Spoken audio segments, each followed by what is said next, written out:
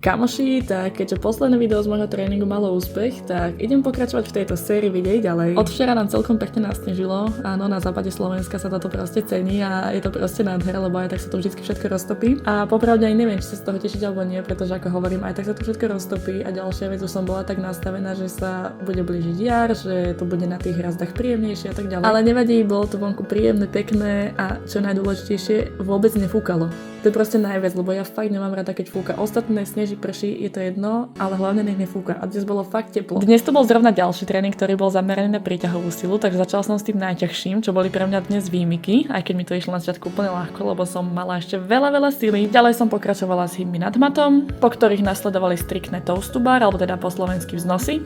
Následne som sa opäť vrátila k hybom, tentokrát pod matom. Potom som po dlhej dobe oprášila tieto skin the cats, čo je proste fantastický cvik na uchop, na brucho a na ohybnosť ramien. A keď sa teraz na tým tak zamyslíte, tak všetky cviky boli vykonávané vo vertikálnej rovine, lebo proste hyby sú teraz moja priorita a je to vertikálny pohyb, ale vždy sa pozerám aj na tú stránku, aby som trénovala aj horizontálne. To znamená, že som si dala dnes tieto horizontálne príťahy. A na záver som si chcela ešte nejaké doplnkové cvičenia ako výjsť na jednej ruke, čo proste veľmi rada robím, ale po tomto celom tréningu som už bola mega unavená, aj keď to nie je vidno. A potom ešte LC, ktorý tiež treba trénovať, pretože flexory sú veľmi zanedbávané svaly a keď ich začneš trénovať, tak potom uvidíš mega rozdiel.